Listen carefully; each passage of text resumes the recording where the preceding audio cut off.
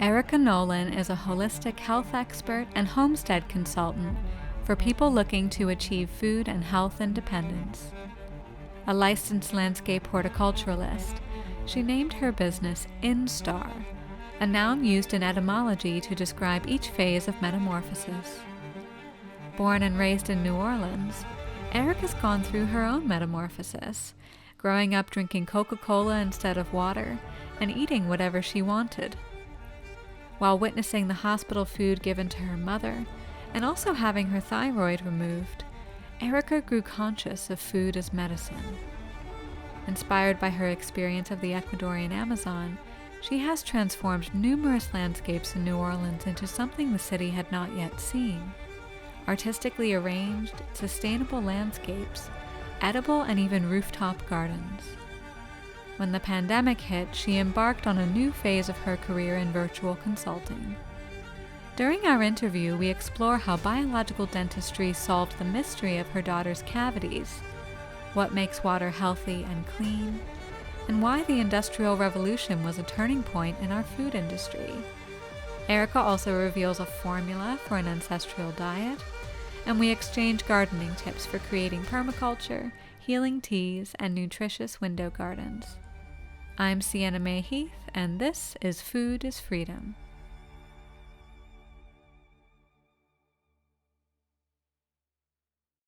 Well, Erika, it is just a pleasure to connect with you on the mic, and so soon after we connected on Instagram, where I learned that the name of your business is Instar. And you being a holistic health and homestead consultant, I have to say the word Instar did not bring to mind the garden, for instance, or health. Instead, it brings to mind gazing up at the stars, gazing into space. But I just learned that Instar is a noun in etymology used to describe each phase of metamorphosis, which I sense is quite ingrained in your journey. And of course, the work that you do. So, what inspired this name for you, and how would you say it relates to your overall philosophy? Well, I was not thinking of marketing strategy when I came up with this name. It was a term that I had learned in horticulture school, and I thought it was perfect because at the time I was I had my landscaping company. I had just started up my landscaping company in New Orleans. I was the only one in New Orleans that was doing organic landscaping and vegetable gardens. And so I thought it made just the most perfect poetry um, to describe my own personal metamorphosis getting into this field, but also the transformative experience of what it's like for people to reconnect with nature.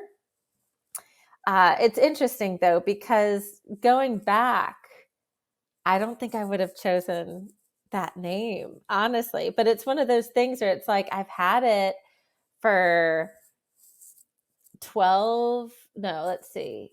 Yeah, about 12 years. So, and it works. I mean, there's been continuous transformations um, in the gardening space, in the consulting space, in the health space. So that's what I would say about that. Well, it is intriguing, and also intriguing is your background being from New Orleans. New Orleans is such a soulful and even artistic place, and I sense that you also exude that type of energy, not only engaging in the food as medicine realm, but also really uplifting the process, the experience of growing your own food and flowers as beautiful. In a way, it is an art to tend to your garden and also to tend to your own health. So I can really see like already a holistic coming together of these aspects in your work and just in your life. How has your background from the South and also studying psychology in Arizona and being a musician in New York, how has this all informed the roots of your journey? Well, the my past career exploration were to me was just a lot of trial and error to really understand what kind of lit my fire. psychology at Arizona State. And then I spent some time in the Amazon right after that in Ecuador.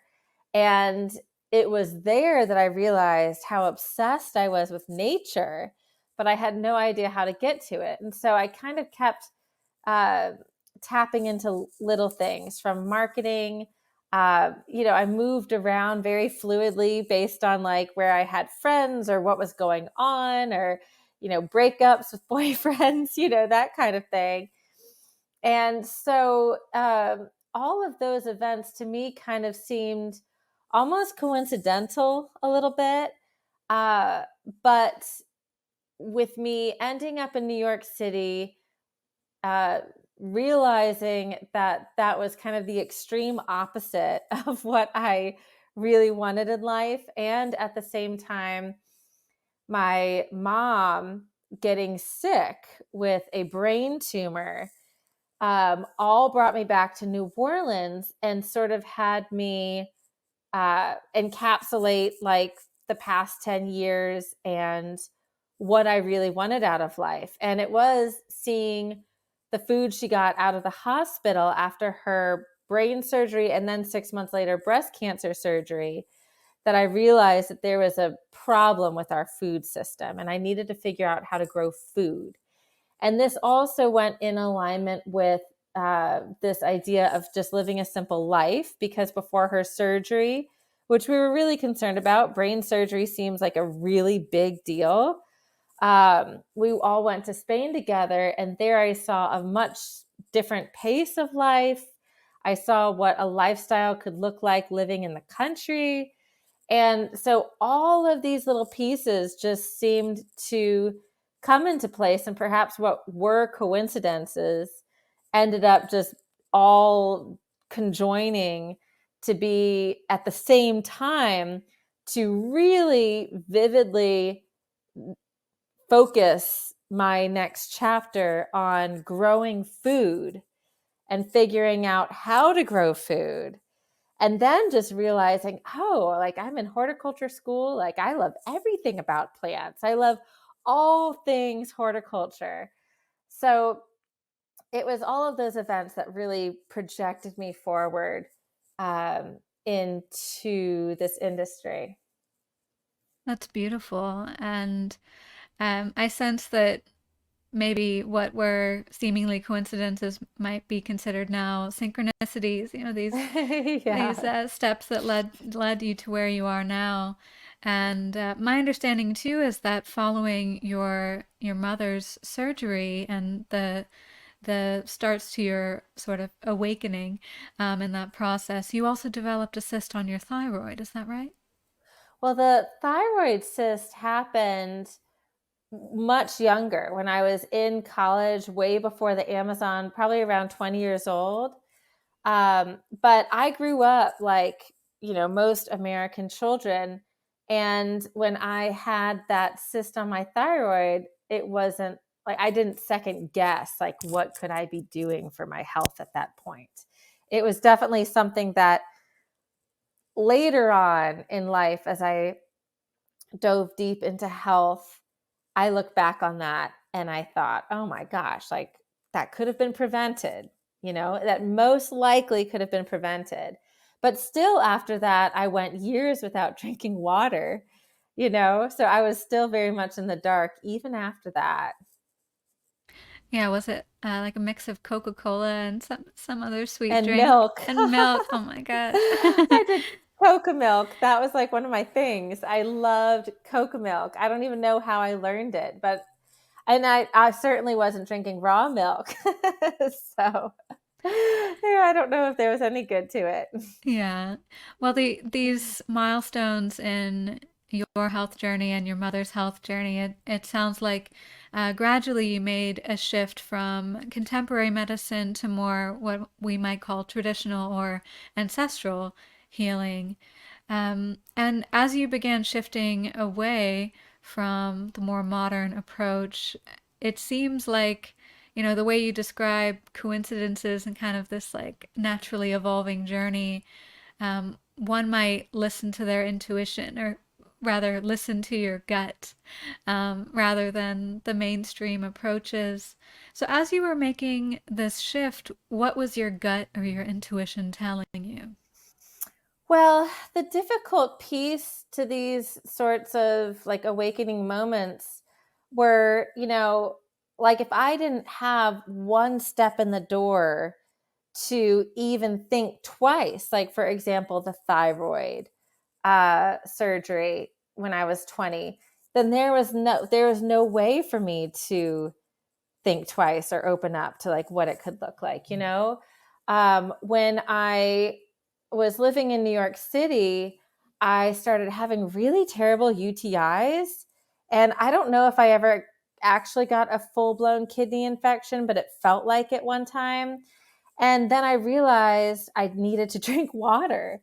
And so I started drinking water. I wasn't even like drinking enough water, but I started drinking water, probably with just a simple Google search.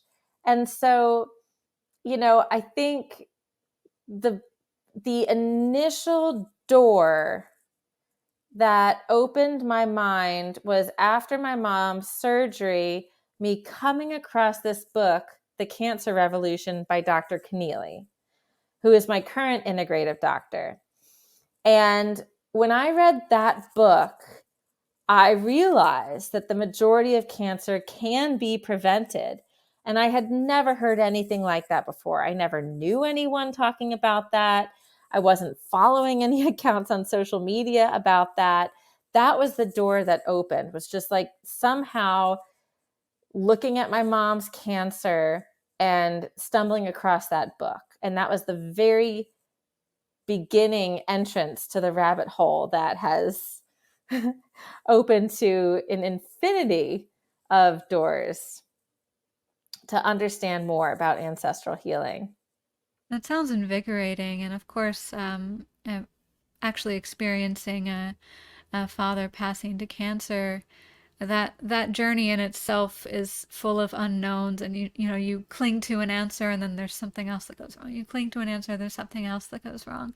But when we consider preventative health rather than just treating every crisis that might arise, should you not follow a more preventative health approach, we come back to diet and our what we can do every day to be nourishing our bodies.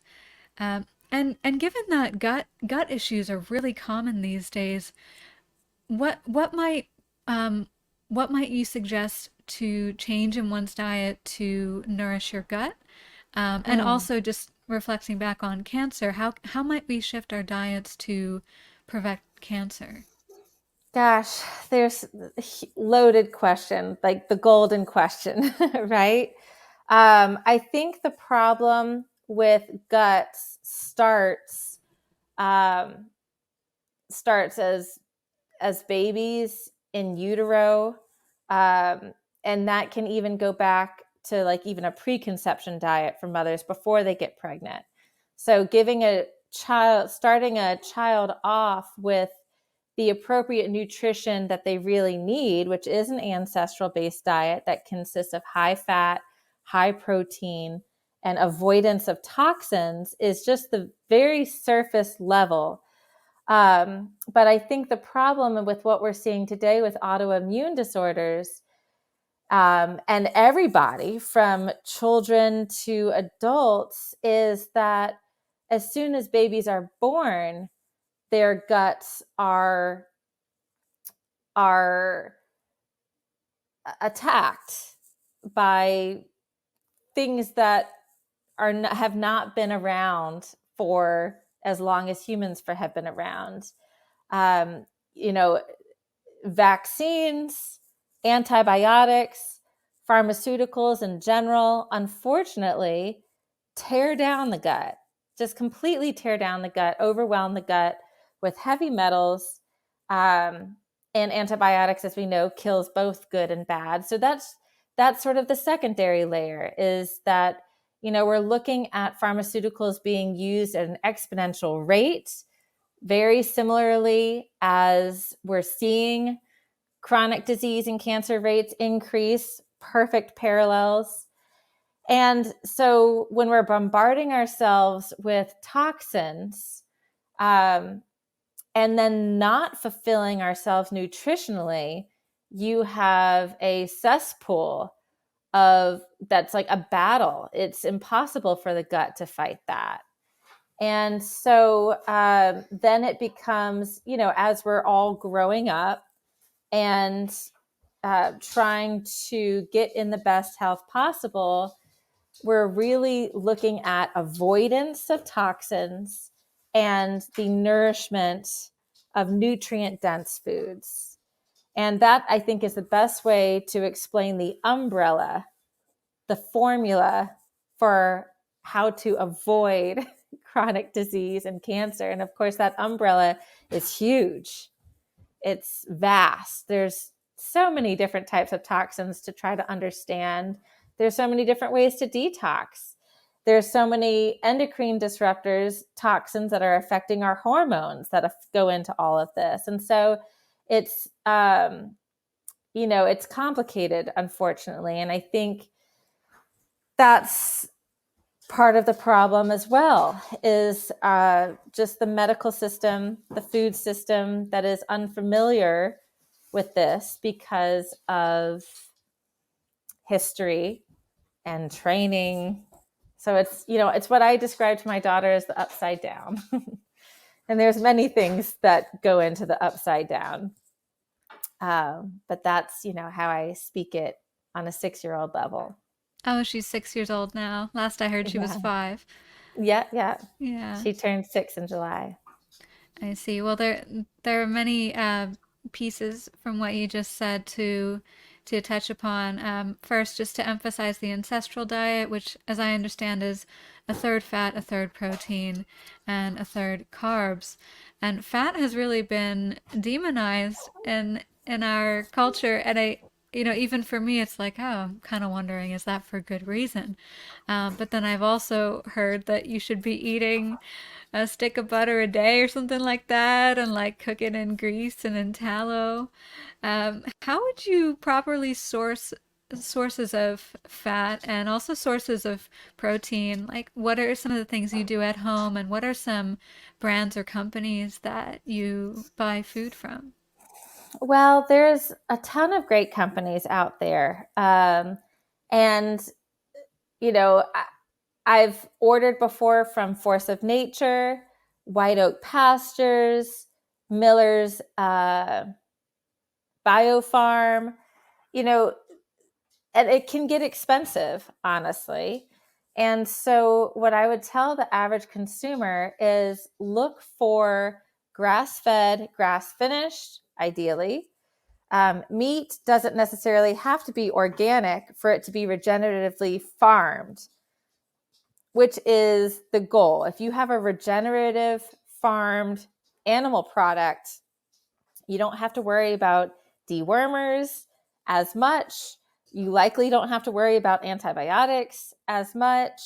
That is the ultimate health for an animal and our planet that we could ask for.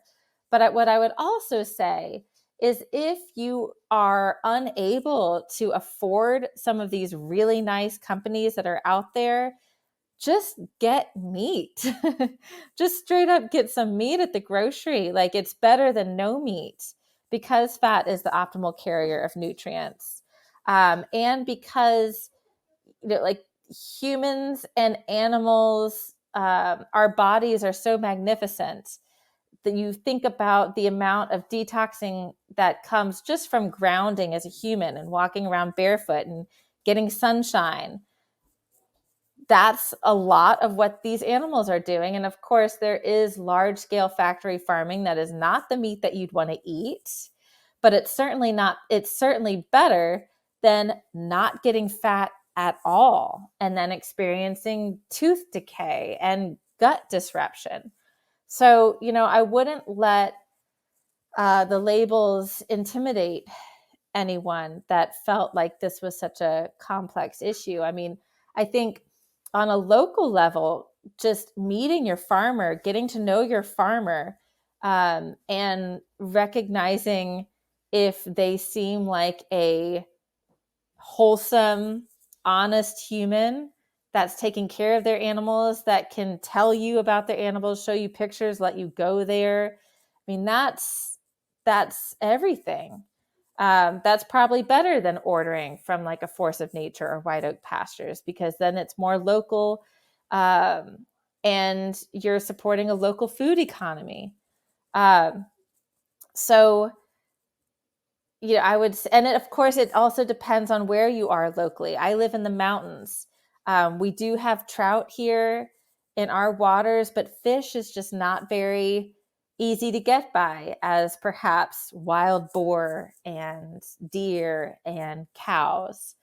So I think sort of just like restructuring our brains a little bit to look into our local food webs is the best advice I could give anybody.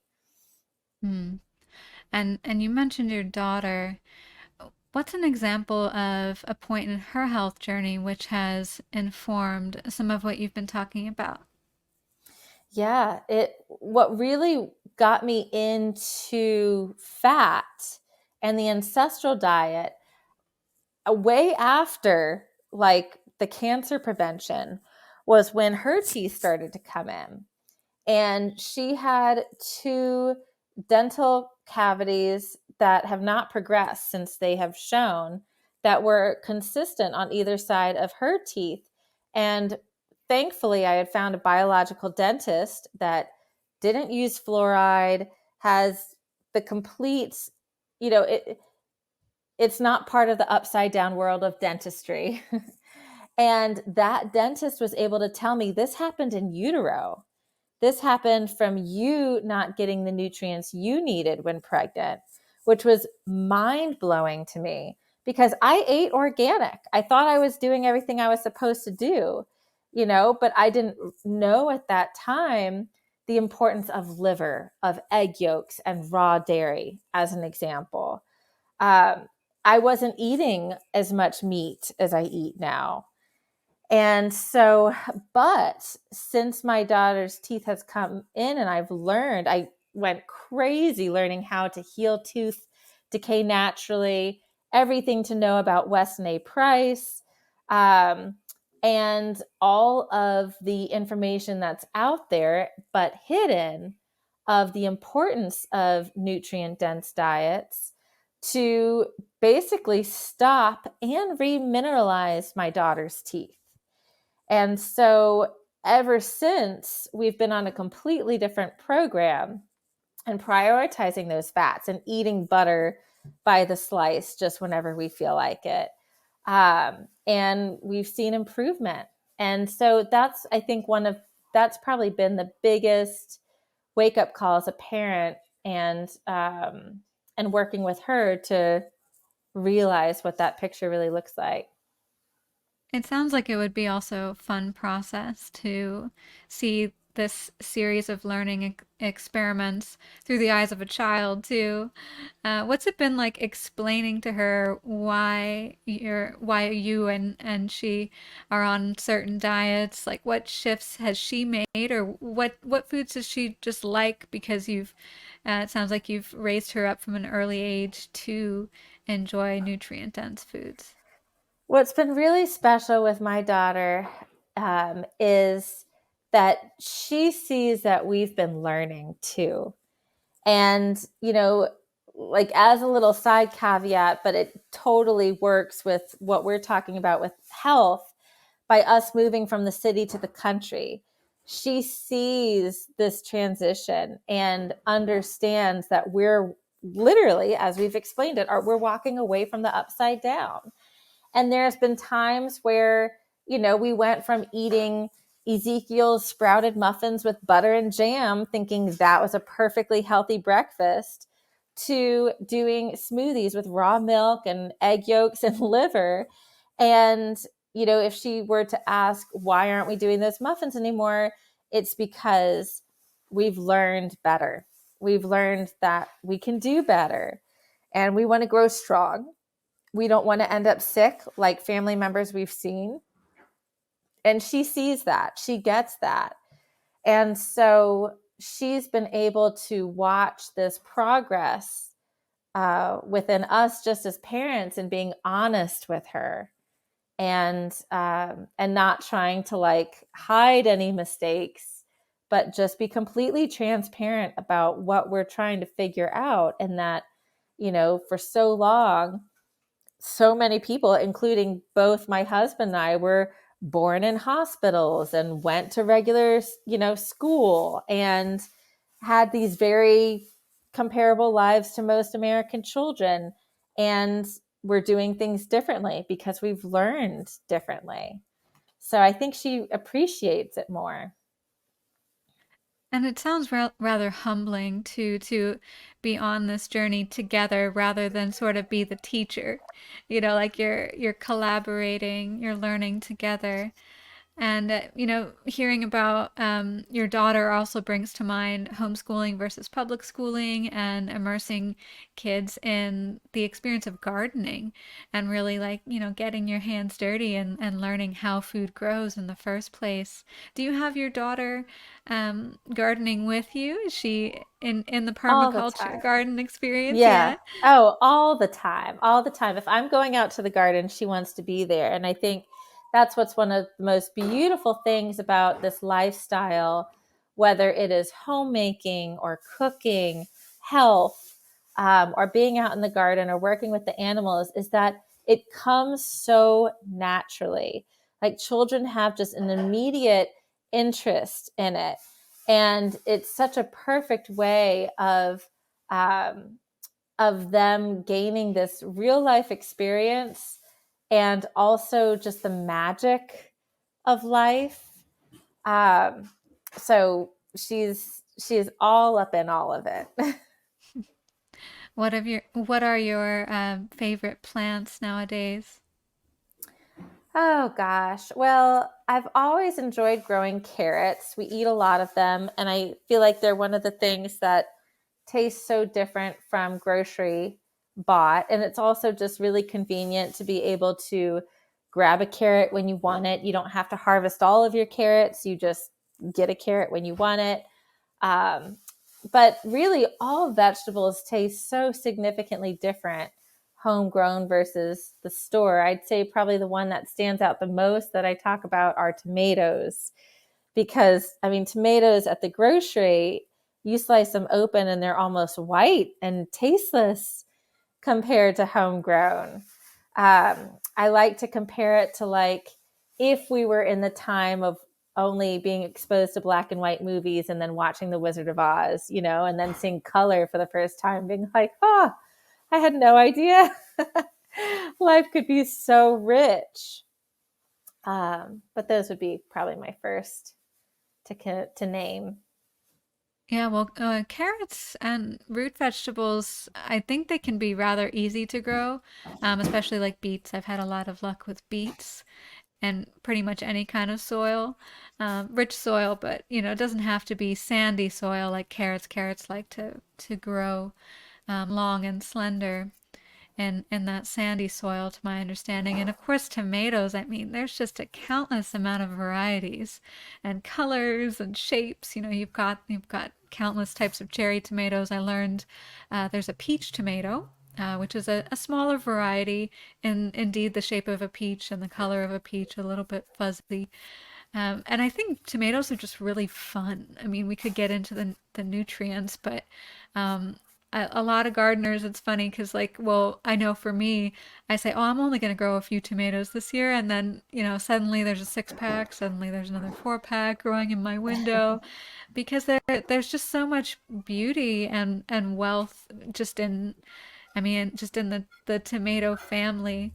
I knew a little girl when I was a little girl who would bite into tomatoes like an apple. And at the time, I wasn't a tomato fan, but as I grew to be one, I would look back on just that imagery of like a child just loving this fresh fruit. Tomatoes are a fruit, debatably. Are tomatoes something that your daughter likes, or and does she gravitate towards any other fruits and vegetables in the garden? She does. I mean, I would say with tomatoes, we usually will grow some cherry tomatoes and she'll snack on those. The big tomatoes, she has some self control because she knows that we usually take those put them on the windowsill to ripen and do things with. Carrots are probably her favorite, along with sugar snap peas. Cucumbers too, but those are things that she would probably gravitate to because they come in abundance and they're really there for her to snack on. And green beans, anything that's growing like above ground, that is just like right there and ready, she'll take and snack. Yeah, and green beans when they're young, they're almost like snap peas. They're like they can be really sweet, and Yeah. just easy, easy to munch on. If you were to give just like one or two pieces of gardening advice to a beginner gardener, what might you say? I would say to look into permaculture. There's no need to spray even organic pesticides and fungicides because organic sprays kill the beneficial bugs in the garden that will go to battle against the bad bugs. And it will make your work much easier to let them do the hard work versus spraying every time you see a bad bug. Yeah, I think just exploring the difference between good bugs and bad bugs is really worth the time for a beginner gardener. It's actually also worth the time saving, just letting nature take its course, so to speak. Another piece of advice that I'd offer gardeners who may not even have a yard, but rather just a window, is that, especially if your window is south facing, you can get quite a lot of sunlight. But my window here is actually north facing, and I've had luck growing spinach and arugula in my window. You can, I've heard you can grow baby carrots. I think you'd need a really good grow light for that. And what was the other thing? Of course, sprouts, and a couple of herbs like parsley does pretty well indoors. And just to say, more broadly, anyone can grow their own food, even if it's in a very small space. And container gardening, I would say, it can be very fruitful and even easier to take care of. Yeah, I mean, I would just say to piggyback on that, I think herbs are underrated because so many of them are actually medicinal, even the culinary herbs. So, if you have what might seem like limited space or even shady space, getting into the realm of growing herbs for both culinary and medicinal uses is extremely empowering. Absolutely. I'm so glad you brought up herbs because one herb that came to mind when we were discussing gut health ever so briefly and just inflammation in general is holy basil. Holy or Tulsi basil is like it's pretty much the king of herbs in India. I've heard that in parts of India, everyone has a potted holy basil on their doorstep or in their window and eat a couple of leaves a day. And in the inflammation soothing tea that's really helped friends with their gut issues, I have holy basil, also mint, rose petals and rose hips. But just to emphasize, Tulsi and mint, they grow like weeds. Tulsi will reseed itself. I think it does like sunshine, but you can grow just an enormous crop of many herbs in even full shade. Like I know parsley is one that you can grow in shade, and there's a few others. I imagine mint is going to grow just about anywhere.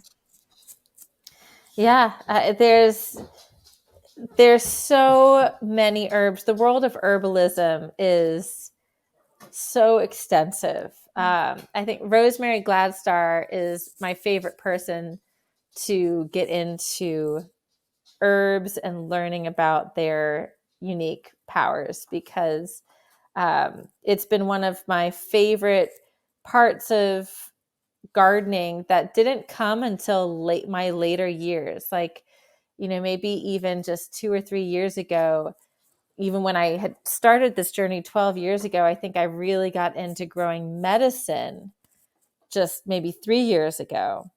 And I had no idea how wonderful it was when anyone in my household is feeling any symptom to ask what those symptoms are and then just go to my pantry and my apothecary and just whip up some tea of whatever it is that they need. It's a wonderful feeling.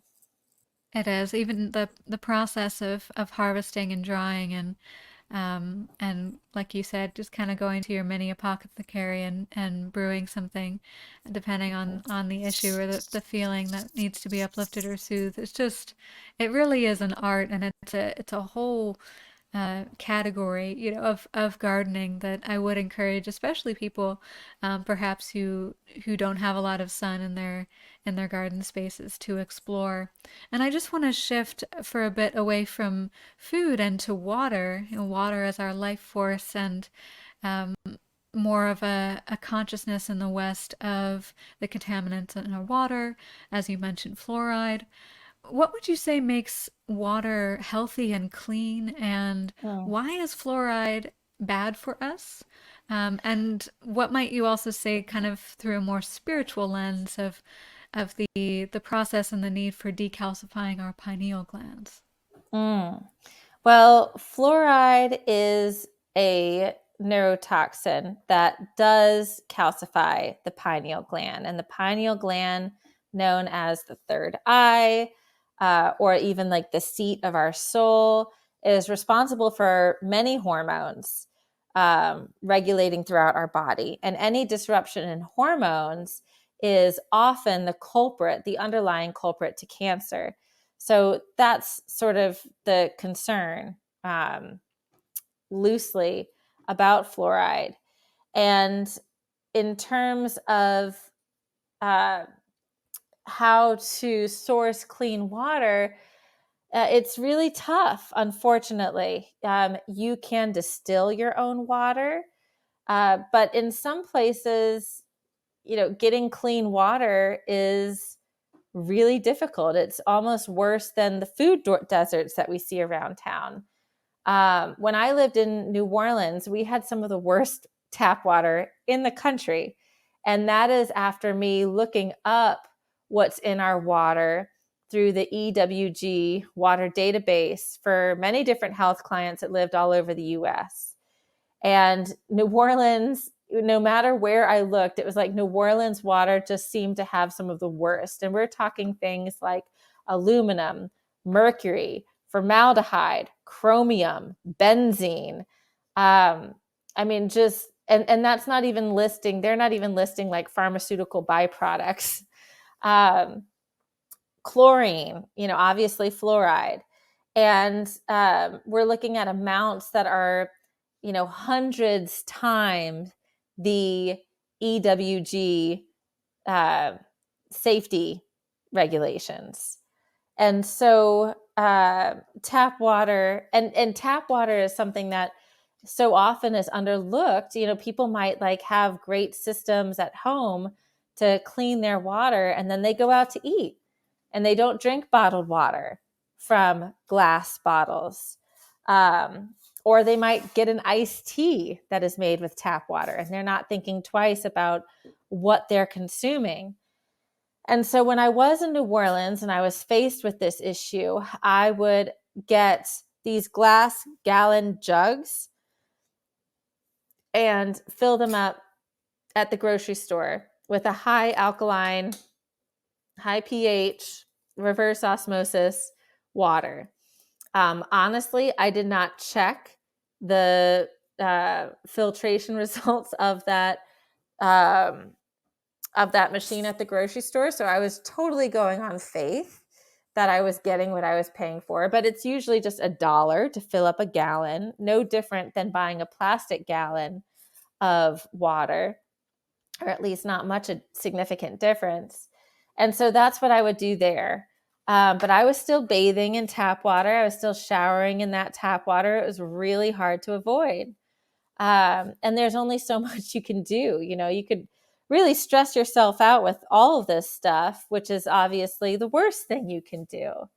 But this was one of the many reasons why I wanted to move to the country where we could have access to cleaner water. And now we are on well water, which is a creek-fed well. And we still needed to get it tested initially for the mineral content, because there are minerals like molybdenum or copper that could be too high, and be technically toxic. And so even natural elements can be toxic at high levels, and we have to look into those sorts of things. So they do have dechlorinators for hoses, for bathtubs, shower heads. Oftentimes they just remove chlorine and they don't remove everything else.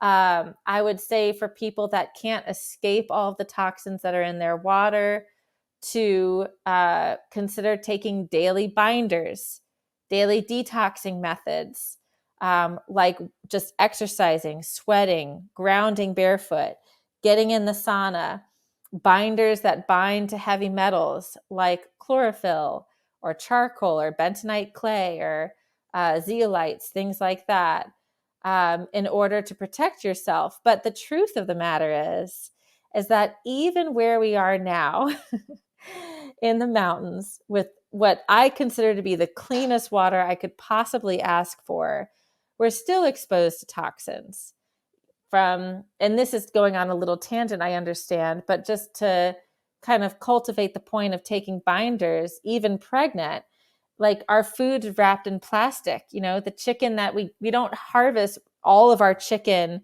from our land. So the chicken we get is wrapped in plastic. That's affecting my hormones. Everything's going to absorb everything. And so, even in what might seem like a perfect state of toxic-free living, binders and sweat and other detoxification methods, I think, are really important. Yeah, and when we consider all of this, how it just seems like wherever you turn, you just can't reach that level of food and water purity and independence.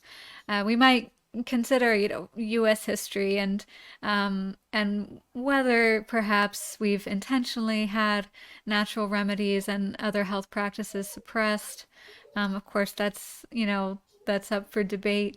But just getting grounded in history, why do you think that the Industrial Revolution was such a turning point in our food industry?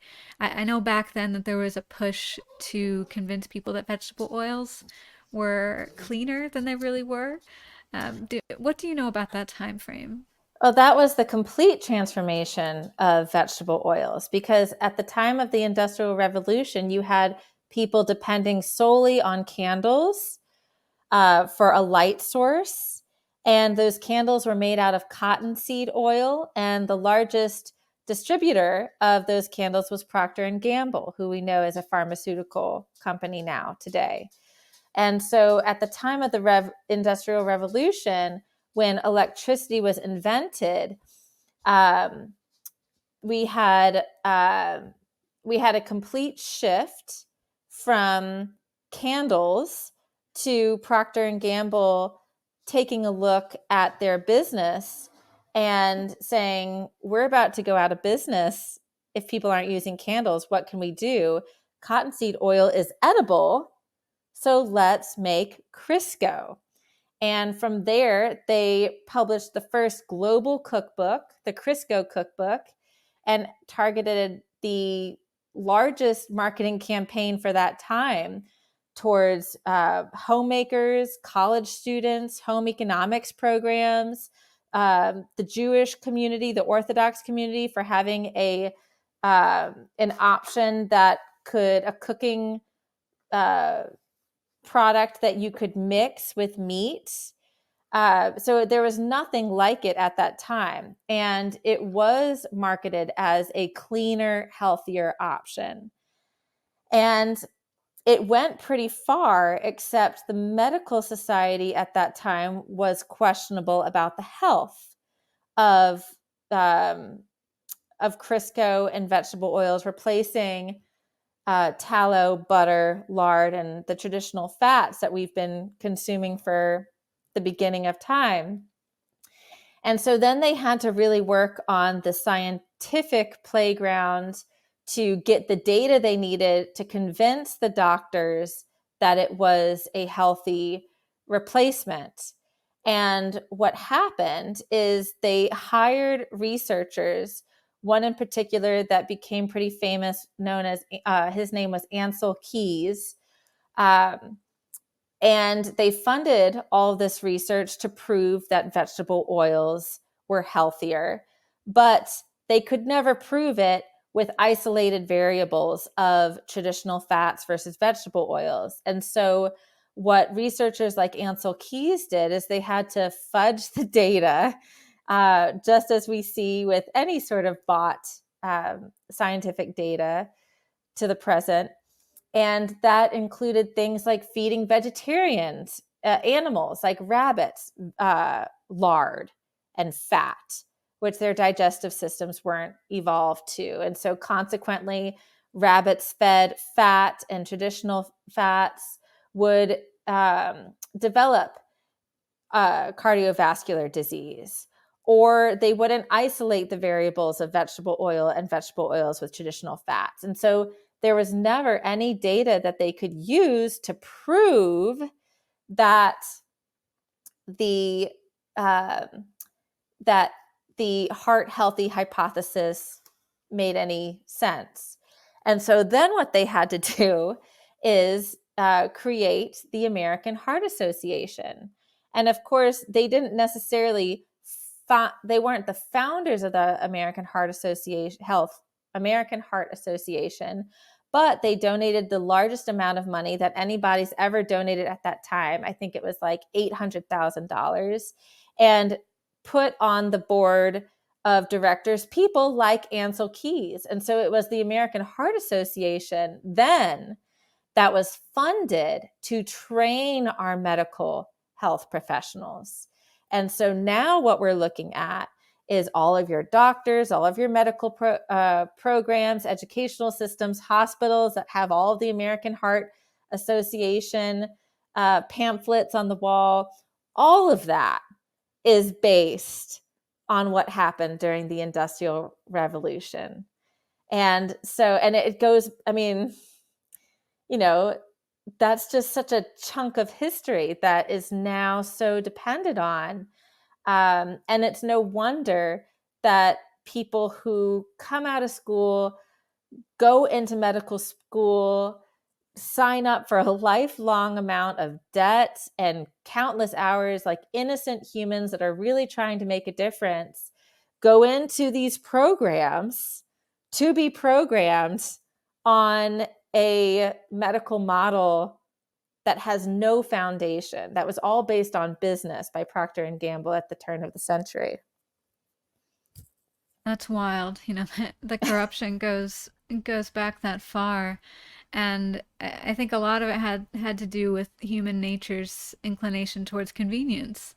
And another realm for convenience is how much information we have at our fingertips. And I think whether it's the food industry, agriculture, gardening, or elsewhere, many of us are wondering, like, okay, how do we discern what's true? And perhaps intuition comes into this, but I think there's other ways of discernment. And I'm curious, why do you think that so much information has been distorted? And in the process of your research and fulfilling your clients' needs, how do you discern which advice and which information to follow? Well, I think it's important to know that there is data to support everything. Everything you want to believe, there is data for that. And just like the Procter and Gamble example of seed oils, there's that data for everything. And so the root cause behind this upside down world of data that we have is strictly business. It's just straight up business. And people looking to make a dollar. And I have found throughout this process the ability to even give those people a little compassion, because they are straight up just looking to make the most money they can to survive their own circumstances. And that's just human nature. And so for me personally, when I'm digging through data to try to get to the truth, I'd say that the most sense just comes from our ancestors. because we evolved 200,000 years to get here.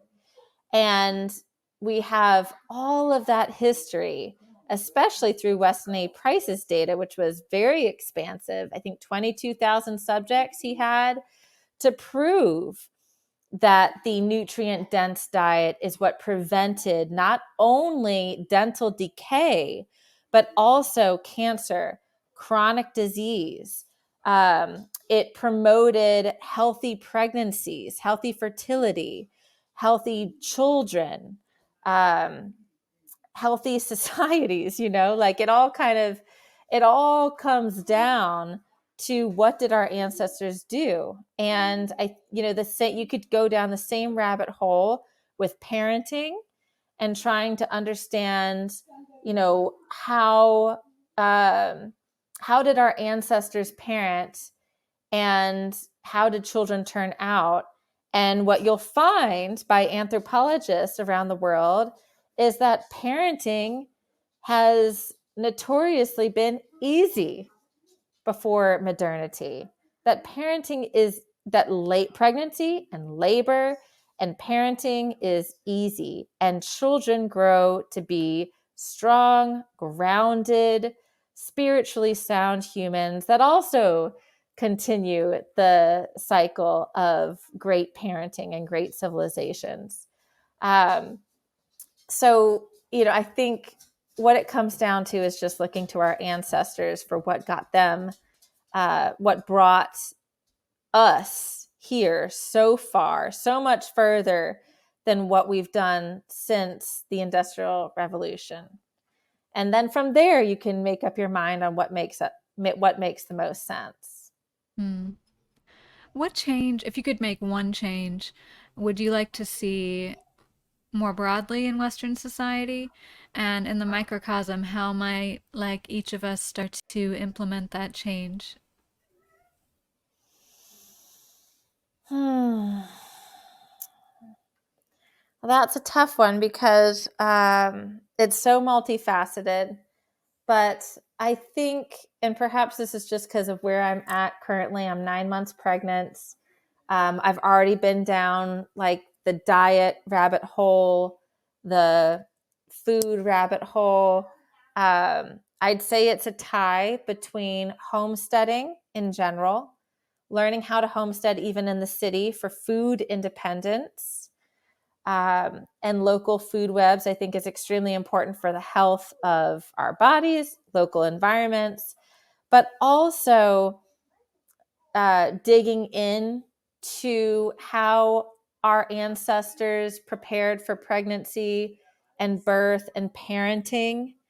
Because even if we're living these toxic lives and eating really toxic, nutritionless food, I think the psychological state of where our children and society are now currently would be the most important number one thing to address. And that can be addressed simply by adjusting a lot of our mindset and, little pieces of our lifestyle. So I would probably love to see that first. And how to do that, there's a couple of books that I'd probably recommend. The first being Nourishing Traditions by Sally Fallon, because that's going to go into the nutrition piece of preparing for preconception, fertility, healthy physical babies and children. And then the other book would be The Continuum Concept by an anthropologist that digs a little bit deeper into the behaviors and raising of children. So that way we're not seeing as so much psychological disorder in our society. I see. And as a mother and now pregnant, congratulations. Thank you. You're welcome. I imagine you're looking into, or continuing to implement your knowledge on hormone balancing, both in yourself and perhaps for your clients. I don't know if you have any male clients, considering the aspect of their health. But what remedies or foods or teas might you recommend for either women balancing their hormones or for men? Well, it really is an individual thing, because different people are going to have different hormones that need replenishment. And so I think the most important thing you can do first is have your hormones checked. And and a lot of conventional doctors are not going to look into that. And so finding a functional or integrative doctor that is interested in root cause issues to test your hormones extensively and tell you what you need to eat or what you need to take would be step number one. Some general foods and things that you can do to balance hormones is one, avoid plastic. It's not even a food thing, but just avoid plastic, avoid fragrance. Those are some of the largest endocrine disruptors out there. But for women, there are different foods that you can take. Like, for example, if you're low in progesterone, you can consume wild yam. If you need sort of a general hormonal boost, if you're middle aged or postmenopausal, herbs like Vitex, wild yam. Typically, as we get older, our hormones are going to decrease. And so those are things that you can take, as well as red clover. I think red clover is an estrogen boost. You can, if you're low in pregnenolone, you can take female gonads. Heart and Soil Supplements has a great line of liver supplements that are combined with different things depending on your needs. So for women, they include female gonads that will specifically help with pregnenolone. For men, they have some with male gonads, testicles, and whatnot that can help with testosterone. But whether you're female or male and need help with testosterone, the maca root can help boost that. And the list goes on because there's more things you can do, but I would say those are probably like the top tier that I see. Well, I've heard of red clover and maca root, but you've certainly infused our conversation with an abundance of information, which some may be new and some may be known by our viewers. It's just, oh my gosh, we could definitely go for another hour, perhaps another time.